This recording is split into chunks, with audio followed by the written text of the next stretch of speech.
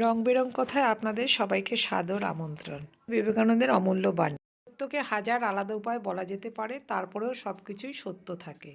শক্তি জীবন, দুর্বলতাই মৃত্যু, বিস্তারী জীবন, সংকোচনই মৃত্যু, প্রেমই জীবন, ঘৃণাই মৃত্যু। যা পারো নিজে করে যাও, কারো ওপর আশা বা ভরসা কোনোটাই করো না। এর মনের দ্বারাই জীবনের পরম সত্যকে অনুভব করা সম্ভব। কখনো বড় পরিকল্পনার হিসাব করবেন না, ধীরে ধীরে আগে শুরু করুন। আপনার ভূমি নির্মাণ করুন, তারপর ধীরে ধীরে এটিকে প্রসার করুন। তোমার মন ও বুদ্ধির মধ্যে যদি কোনো বিষয় নিয়ে দ্বন্দ্ব সৃষ্টি হয়, তখন নিজের মনের উপর সবসময় ভরসা রাখবে।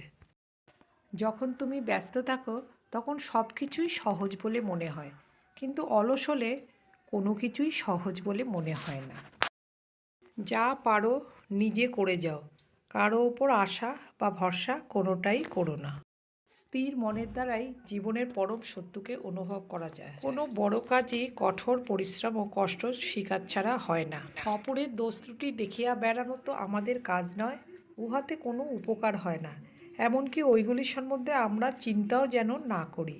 সৎ চিন্তা করাই আমাদের উচিত। দোষের বিচার করিবার জন্য আমরা পৃথিবীতে আসি নাই, সৎ হওয়াই আমাদের কর্তব্য। দুর্বলতা ও কাপুরুষতাই পাপ, অপরকে ভালোবাসাই ধর্ম, অপরকে ঘৃণা করাই পাপ। তুমি যখন নিজেকে দেহমাত্র বলিয়া ভাবো, তখন তুমি বিশ্বজগৎ হইতে বিচ্ছিন্ন। নিজেকে যখন জীব বলিয়া ভাবো, তখন তুমি সেই শাশ্বত মহান জাতির একটি কণিকা মাত্র। আর যখন নিজেকে আত্মা বলিয়া ভাবো, তখন তুমি সব কিছু।